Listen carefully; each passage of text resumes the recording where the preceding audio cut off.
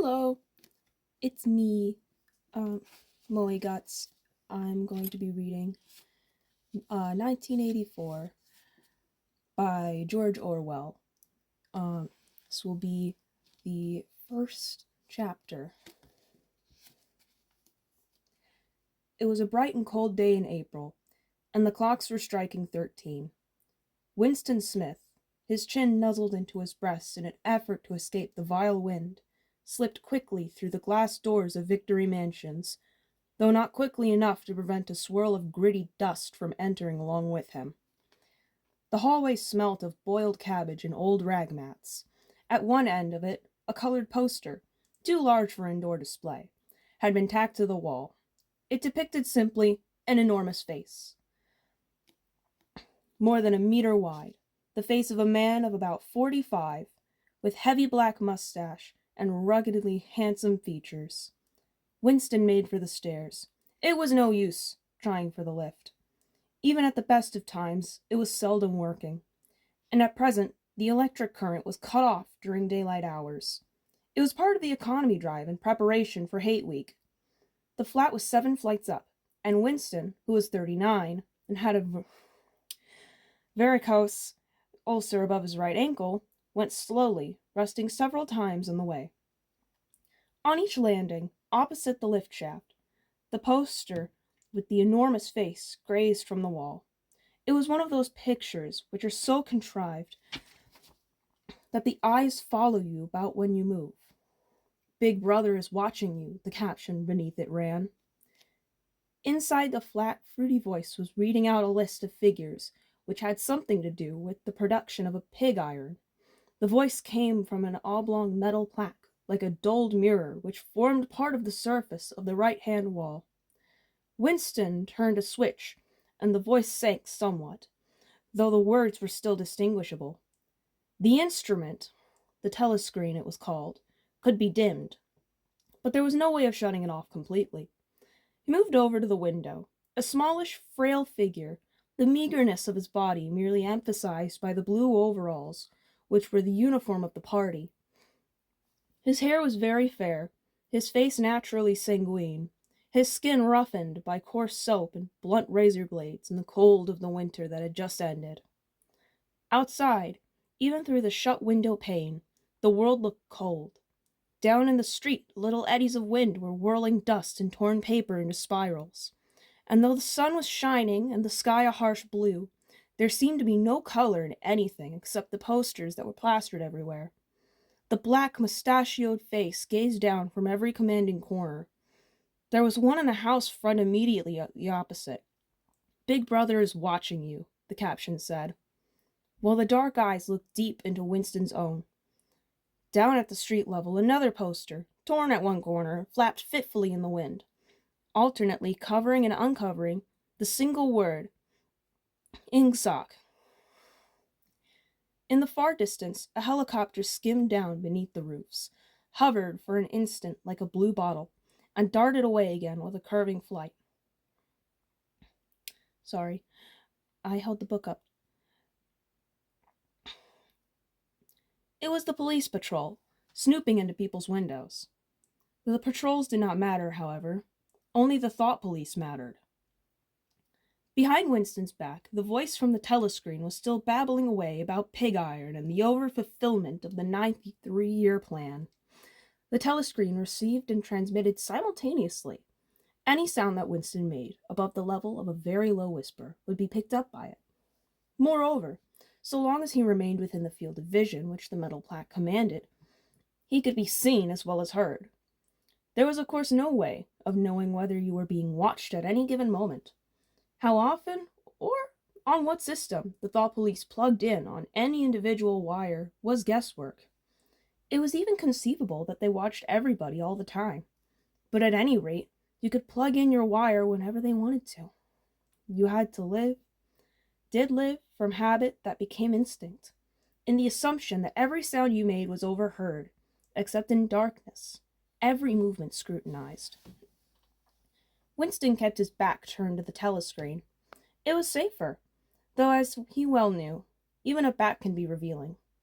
A kilometer away, the Ministry of Truth, his place of work, towered vast and white above the grimy landscape. This, he thought, with a sort of vague distaste, this was London, chief city of Airstrip 1, itself the third most populous of the provinces of Oceania. He tried to squeeze out some childhood memory that should tell him whether London had always been quite like this.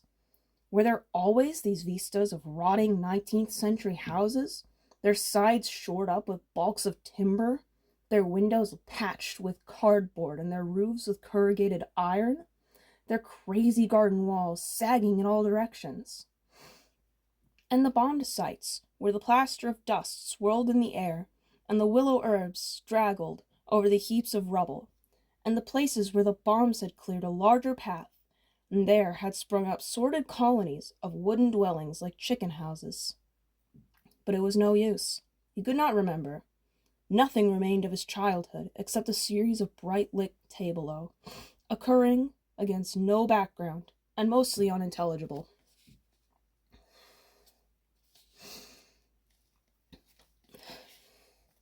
The Ministry of Truth, Minitrue, in Newspeak, was startlingly different from any other object in sight.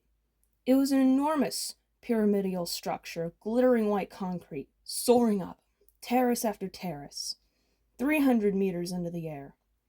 From where Winston stood, it was just possible to read, picked out on its white face in elegant lettering, the three slogans of the party: war is peace, freedom is slavery, ignorance is strength. The Ministry of Truth contained, it was said, 3,000 rooms above ground level, and corresponding ramifications below. Scattered about London, there were just 3 other buildings of similar appearance and size. So completely did they dwarf the surrounding architecture that from the roof of Victory Mansions you could see all 4 of them simultaneously.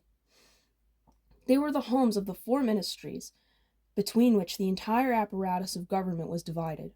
The Ministry of Truth, which concerned itself with news, entertainment, education, and the fine arts. The Ministry of Peace, which concerned itself with war. The Ministry of Love, which maintained law and order. And the Ministry of Plenty, which was responsible for economic affairs.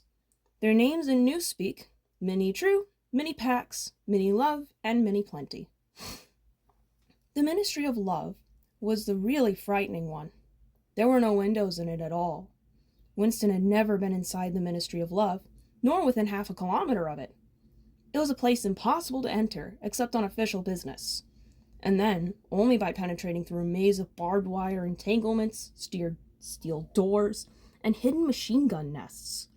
Even the streets leading up to its outer barriers were roamed by gorilla-faced guards in black uniforms, armed with jointed truncheons. Winston turned around abruptly. He had set his features into the expression of quiet optimism, which it was advisable to wear when facing the telescreen. He crossed the room into the tiny kitchen. By leaving the ministry at this time of day, he had sacrificed his lunch in the canteen, and he was aware that there was no food in the kitchen except a hunk of dark-colored bread, which had got to be saved for tomorrow's breakfast. He took down from the shelf a bottle of colorless liquid with a plain white label marked Victory Gin. It gave off a sickly, oily smell, as of Chinese rice spirit. Winston poured out nearly a teacupful, nerved himself for a shock, and gulped it down like a dose of medicine. Instantly, his face turned scarlet, and the water ran out of his eyes. The stuff was like nitric acid, and moreover, in swallowing it, one had the sensation of being hit on the back with the head with a rubber club. The next moment, however, the burning in his belly died down, and the world began to look more cheerful. He took a cigarette from a crumpled packet marked Victory Cigarettes, and incautiously held it upright, whereupon the tobacco fell onto the floor. But the next he was more successful. He went back out to the living room and sat down at a small table that stood to the left of the telescreen. From the table drawer, he took out a penholder, a bottle of ink, and a thick, quarto-sized blank book with a red back and marbled cover. For some reason, the telescreen in the living room was in an unusual position. Instead of being placed as was normal in the end wall, where it could command the whole room, it was in the longer wall, opposite the window. To one side of it, where there was a shallow alcove in which Winston was now sitting, and which, when the flats were built, had probably been intended to hold bookshelves. By sitting in the alcove and keeping well back, Winston was able to remain outside the range of the telescreen, so far as sight went. He could be heard, of course, but so long as he stayed in his present position, he could not be seen. It was partly the unusual geography of the room that had suggested to him the thing that he was now about to do. But it had also been suggested by the book that he had just taken out of the drawer. It was a peculiarly beautiful book. Its smooth, creamy paper, a little yellowed by age, was the kind that had not been manufactured for at least 40 years past. He could not guess, however, that the book was much older than that. He had seen it lying in the window of a frowsy little junk shop in a slummy corner of town, just what quarter he did not now remember, and had been stricken immediately by an overwhelming desire to possess it. Party members were supposed to not go into ordinary shops. Dealing on the free market, it was called. But the rule was not strictly kept, because there were various things, such as shoelaces and razor blades, which it was impossible to get a hold of in any other way. He had given a quick glance up and down the street, and then had slipped inside and bought the book for $2.50. At the time, he was not conscious of wanting it for any particular purpose. He had carried it guiltily home in his briefcase. Even with nothing written in it, it was some compromising possession. The thing that he was about to do was open a diary. This was not illegal. Nothing was illegal, since there were no longer any laws. But if detected, it was reasonably certain that it would be punished by death, or at least by 25 years in a forced labor camp. Winston lifted a nib into the pen holder and sucked it to get the grease off. The pen was an archaic instrument, seldom even used for signatures, and he had procured one, furtively and with some difficulty, simply because of a feeling that the beautiful creamy paper deserved to be written on with a real nib, instead of being scratched with an ink pencil. Actually, he was not used to writing by hand, apart from very short notes. It was usual to dictate everything into the speak-write, which was of course impossible of his present purpose. He dipped the pen into the ink and then faltered for just a second. A tremor had gone through his bowels. To mark the paper was a decisive act. In small clumsy letters he wrote, April 4th, 1984. He sat back. A sense of complete helplessness had descended upon him. To begin with, he did not know with any certainty that this was 1984. It must be around that date, since he was fairly sure his age was 39, and he believed that he had been born in 1944 or 1945. But it was never possible nowadays to pin down any date within a year or two. For whom, it suddenly occurred to him to wonder, was he writing this diary? For the future? For the unborn? His mind hovered for a moment round the doubtful date on the page, and then fetched up with a bump against the newspeak word doublethink. For the first time, the magnitude of what he had undertaken came home to him. How could you communicate with the future? It was of this nature impossible. Either the future would resemble the present, in which case it would not listen to him, or it would be different, and its predicament would be meaningless. For some time he sat, gazing stupidly at the paper. The telescreen had changed over to strident military music. It was curious that he seemed not merely to have lost the power of expressing himself, but even to have forgotten what it was that he originally intended to say. For weeks past, he had been making ready for this moment, and it had never crossed his mind that anything would be needed except courage. The actual writing would be easy. All he had to do was transfer to paper the interminable restless monologue that had been running in his head literally for years. At this moment, however, even the monologue had dried up. Moreover, his varicose ulcer had begun itching unbearably.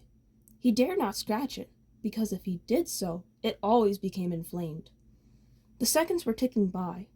He was conscious of nothing except the blankness of the page in front of him, the itching of the skin above his ankle, the blaring of the music, and a slight booziness caused by the gin. Suddenly he began writing in sheer panic, only imperfectly aware of what he was setting down. His small but childish handwriting straggled up and down the page, shedding first its capital letters, and eventually even its full stops. April 4th, 1984. Last night to the flicks. All war films. One very good one of a ship full of refugees being bombed somewhere in the Mediterranean. Audience much amused by shots of a great huge fat man trying to swim away with a helicopter after him. First you saw him wallowing along in the water like a porpoise. Then you saw him through the helicopter's gun sights. Then he was full of holes and the sea around him turned pink and he sank as suddenly as though the holes had let in the water. Audience shouting with laughter when he sank. When you saw a lifeboat full of children with a helicopter hovering over it. There was a middle-aged woman, might have been a Jewess, sitting in the bow with a little boy about 3 years old in her arms. The little boy screaming with fright and hiding his head between her breasts as if he was trying to burrow right into her, and the woman putting her arms around him and comforting him, although she was blue with fright herself. The time covering him up as much as possible, as if she thought her arms could keep the bullets off him. Then the helicopter planted a 20-kilo bomb in along them. Terrific flash, and the boat went all to matchwood. Then there was a wonderful shot of a child's arm going up, up, up, right up into the air. A helicopter with a camera on its nose must have followed it up. There was a lot of applause from the party seats, but a woman down in the prole part of the house suddenly started kicking up a fuss and shouting. They didn't oughter have showed it, not in front of the kids. And they didn't.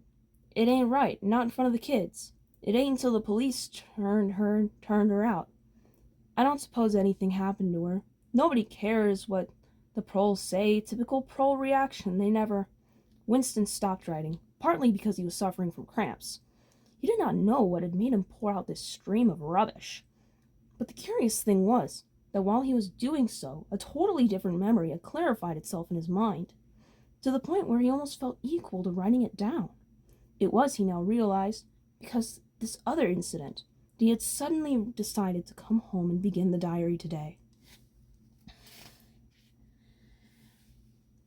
It had happened that morning at the ministry, if anything so nebulous could be said to happen. It was nearly 1100, in the records department, where Winston worked. They were dragging the chairs out of the cubicles and grouping them in the center of the hall, opposite the big telescreen, in preparation for the 2 minutes hate. Winston was just taking his place in one of the middle rows, when 2 people from he knew by sight, but had never spoken to, came unexpectedly into the room. One of them was a girl whom he often passed in the corridors. He did not know her name, but he knew that she worked in the fiction department. Presumably, since he had sometimes seen her with oily hands carrying a spanner, she had some mechanical job on one of the novel-writing machines. She was a bold-looking girl of about 27, with thick dark hair, a freckled face, and swift athletic movements. A narrow scarlet sash, emblem of the Junior Anti-Sex League, was wound several times around the waist of her overalls, just tightly enough to bring out the shapeliness of her hips. Winston had disliked her from the first moment of seeing her. He knew the reason. It was because of the atmosphere of hockey fields and cold baths and community hikes and general clean-mindedness which he managed to carry about with her. He disliked nearly all women, and especially the young and pretty ones. It was always the women, and above all the young ones, who were the most bigoted adherents of the party, the swallowers of slogans, the amateur spies and nosers out of unorthodoxy. But this particular girl gave him the impression of being more dangerous than most. Once when they passed in the corridor, she had given him a quick sidelong glance, which seemed to pierce right into him, and for a moment had filled him with black terror.